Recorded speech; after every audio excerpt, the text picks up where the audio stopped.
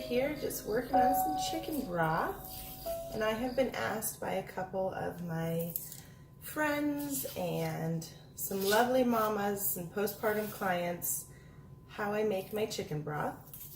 This is actually a family recipe and it's been passed down, so I wanted to share it and just give everybody a great, easy recipe that they can do. We use this for everything. Honestly, it is our cure to all illnesses. It is our postpartum everything. We give it to our babies as our first food. We give it to our mamas as they're trying to recover. So let's go through the beginning. I start with a pot and I'm going to fill it up with water. I peel onions. And if you want that really golden, beautiful color to your broth, you want to use a yellow onion. I have these fresh onions from the farmer's market, so I'm going to use these because it happens to be a season that I can do that right now. But when I don't have fresh onions from my garden or from the farmer's market, I use a yellow onion because it gives it this really beautiful golden color. So I'm going to put some water in here.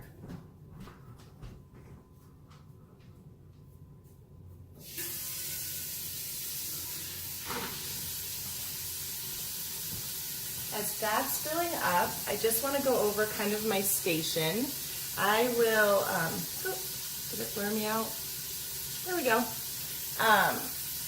I will start with everything that I need to prep. So I'm going to have just my onion and chicken to start. Everything else is going to come later. Those are my base for my broth. So I need a whole chicken, bone in, and I need my onion, and that's all we're starting with. So that's what I have on my table right now, except for some celery.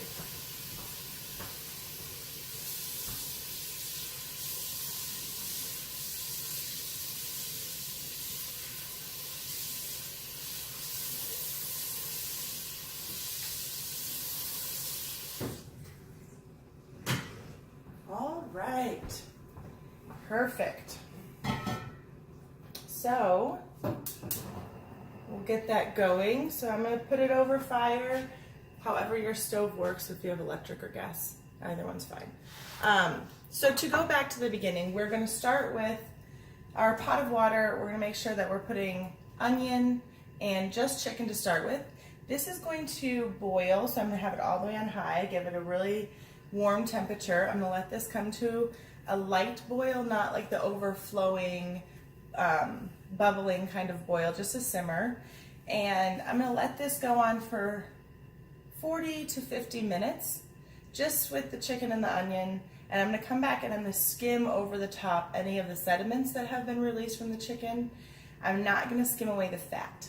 So I will go over that process second, but step one is fairly easy. All you're doing is starting off with your chicken and your onion. The chicken matters. I really like to get my chicken, if I can, from a local farmer, or we have a really beautiful farmer's, well, I guess it's a butcher shop here in my area that's been owned for about 30 years, and it's just amazing, and they get all of their chicken from a local farm, so I don't have to worry about the quality of my meat going into my broth.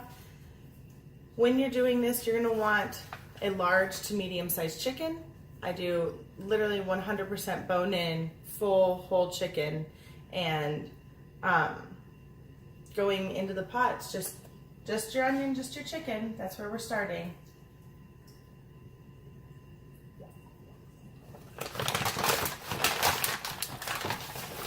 I'm going to take off my little mess here and go clean up for round two.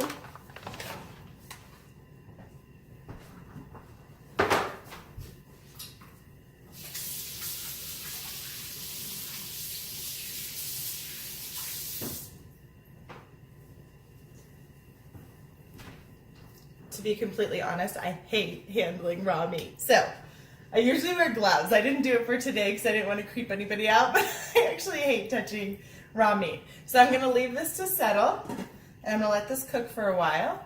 And I just wanted to throw a side tip in because I don't know if you guys love teas, but when I'm making my soups, I'm always also drinking tea. So I will just do a loose leaf tea. I don't know if you've used these things, but my goodness, they're so easy and lovely. And if I can have some tea while I'm cooking, I am a happy mama. So we'll be back for round 2. Here we are with phase 2, so we're on to step 2, and I really want you to be able to see more of a bird's eye view into the pot, so I just kind of moved things around a bit. Here we have, you can see, I'm going to turn this just a snap, there we go. Okay, so you're going to see some sediment that's now come to the top. We also have all of that fat. You can kind of see the bubbles of fat kind of brewing around the top. I use an egg strainer to get this out of the top. So I'm just gonna go around. I don't wanna take the fat out because that's so important for our babies and our bodies. This is a healthy fat that's coming from the meat, and we really wanna keep it in the soup. We want it to be part of our broth. The bone broth here is going to be leaching not only all of the nutrients from the bone, but we wanna keep this fat as part of the product as well, because we want a whole form of food coming from our broth. So we're gonna have fat in it, we're gonna have some protein, we're gonna have calcium, magnesium, all these wonderful things coming from our bone, and truly this is the best form of getting calcium into your diet. So we're gonna make sure that we keep as much as we can into our broth.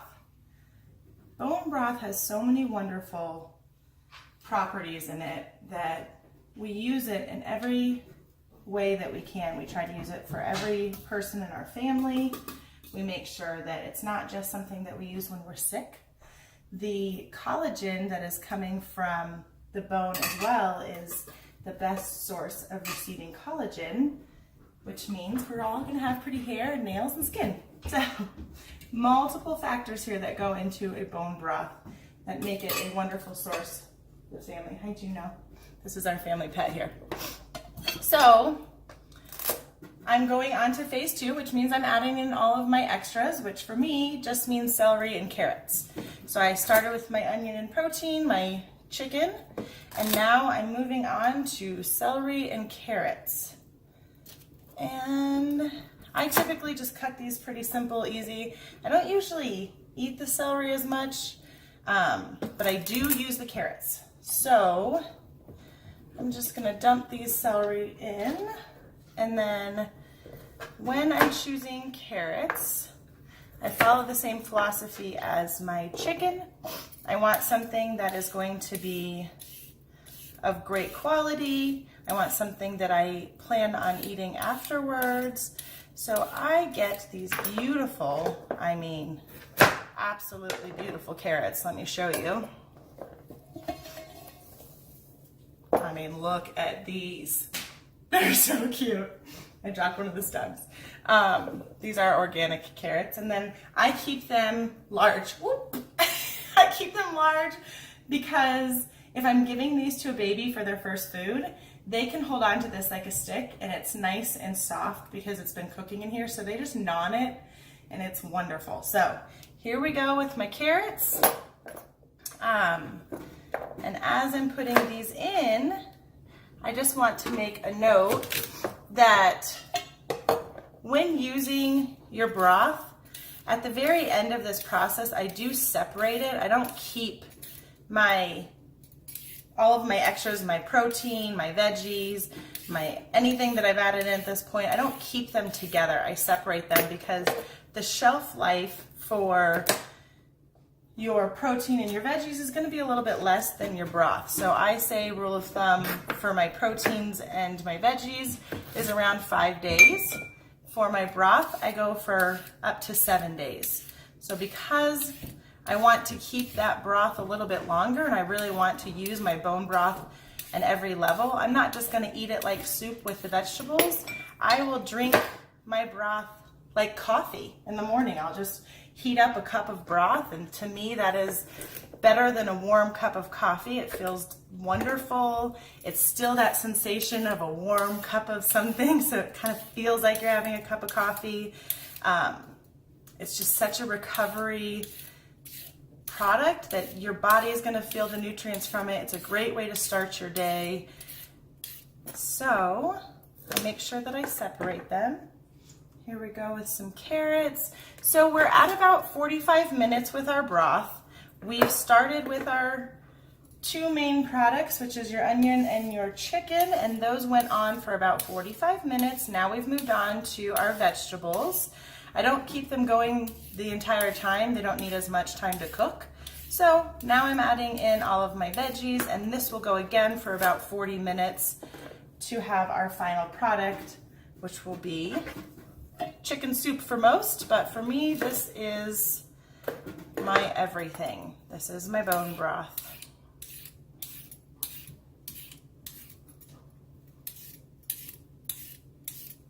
A little bit of history behind this broth.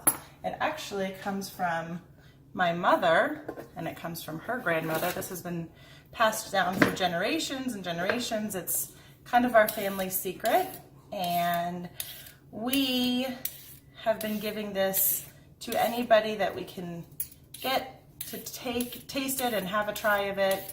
We really love to share our broth with family, friends, and those in need. But my mother brought this recipe with her from Russia. She's actually came here from Russia in the 90s, and she has brought this recipe over and shared all of its history and beauty with me. So I'm eternally grateful to her for that. And I am proud to give this to all of you. This is also something that I'll use another strainer to see if I can get more of the small sediments that just really I'm having a hard time getting out.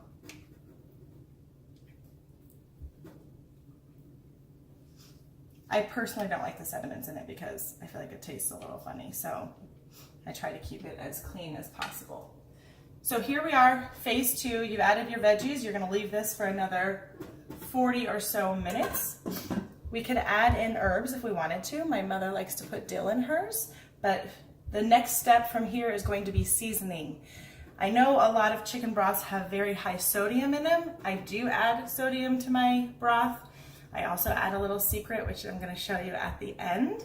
But when you're making your bone broth, don't go light on your salt, make it to taste. I'll bring out a couple of spoons and I'll taste it as I go. I want this to be something that I love eating. I want that to be something that I share with my children and my postpartum families. It's not supposed to be sodium free for our kiddos. We can let them have seasonings and we can let them have food to taste. It will not have the same sodium content as a broth that you would buy from the store because it is not going to have the same shelf life. So they have to put more sodium in as a preservative, which means theirs are pretty high in sodium content. We're a little bit shied away from them. They're pretty harsh on the system to digest. So the reason I love making this myself is because I know exactly what's going into it. I put all of my love into it, and I do season it to taste, knowing that the amount of sodium I'm putting in is nowhere near what would be used in a store-bought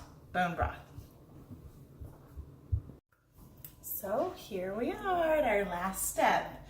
What we're gonna do is we're gonna check to make sure that everything is kind of floating. That's a good sign for us that we're at a good place with our process. Again, any sediments you want to take off of the top, just go ahead and scoop them out. And my vegetables, I'm going to check to make sure that they are complete by kind of pulling through one of these. Oh, my finger touched it. It's kind of hot. Like I said, the celery I don't care about too much, but I want to check my carrots. Perfect. Make sure that your fork can go all the way through it. It's completely cooked. And we know that we are complete with the process of step 1 and 2, and now I'm going to add in my seasonings. So I love to use kosher salt. I get it from the, I like to go to the stores that offer mom and pop shops, and I love to go to little international store, so this one is actually from a store that I love here in Colorado, which I'm gonna add in all of my little places below. If you happen to be in Colorado, you will get the scoop on all of my favorite places to shop that have amazing things. So this is kosher sea salt, and this is what I'm gonna start with for my seasoning. I'll just start with one layer first, and I'm gonna taste it. I always bring out 3, 4, 5 spoons because I know I'm gonna be taste testing. And the greatest secret to my Russian Jewish recipe of bone broth is sugar. So if I want to break down the soup and I really want to get a nice balanced flavor, you have to add a little spoonful of sugar. So, plus if you guys want, you need a little glass sugar jar. This reminds me of my grandmother, and it is just brings the warmest memories. So I'm smelling my soup, I'm getting all these beautiful memories from things that mean so much to me, and this process is actually not nearly as intimidating as a lot of people think. Making a bone broth is not so hard. Take it in phases. I went and took a break during my 40 minutes and I went and got some groceries. I have bananas now. I made another cup of tea. It's not so bad. So here we are, I'm gonna mix it up. And I'm gonna do my first taste test. And I don't know if you can see this, but my chicken is now falling off the bone. It is literally just, it's cooked so much that it's just kind of decomposing in here, completely falling apart. That's exactly where you want it to be. That means that we're leaching everything from the bones, from the meat. We're really getting a balance, or optimizing truly our broth in its highest form, because we're getting everything from our vegetables and our protein. So,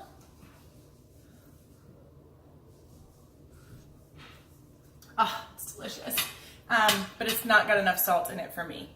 So I'm gonna go ahead and I'm gonna add a little bit more salt, and then I'm gonna try it again.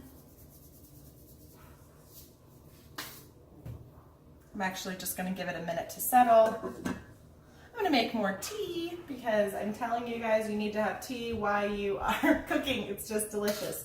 So this little tea, I don't even know what you call these. You put the leaves in there, and then when you push it over your cup, it dispenses into your cup. And because doing leafed tea is going to be so much more condensed, you don't fill it up all the way. You simply fill up just a tad. So I don't know if you can see, I have just the bottom filled in here, and this is a traditional Farsi tea, so a Middle Eastern tea. They're gonna go ahead and do a portion on the bottom, and then they add hot water to their tea. Another trick that I learned from my mother-in-law, she's amazing.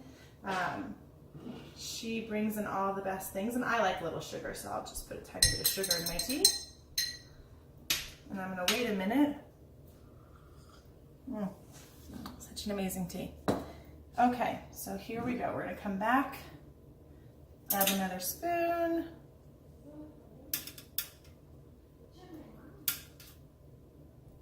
And I'm gonna stir it up before I taste it so that I can move some of this fat around. I don't want the fat to be skimmed off of the top because it's such an important aspect for your little ones. This truly is my secret recipe for my sleep training.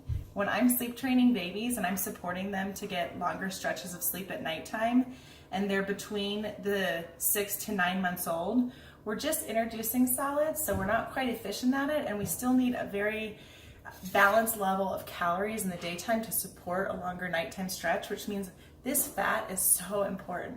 They really need it. So when I'm giving some sleep advice to my moms and I'm doing sleep training, I tell them please use bone broth in the daytime and offer it in 2-ounce increments here or there, maybe once or twice a day, and keep this fat for them. So I'm gonna move it around because I don't really want the fat off of the top for myself.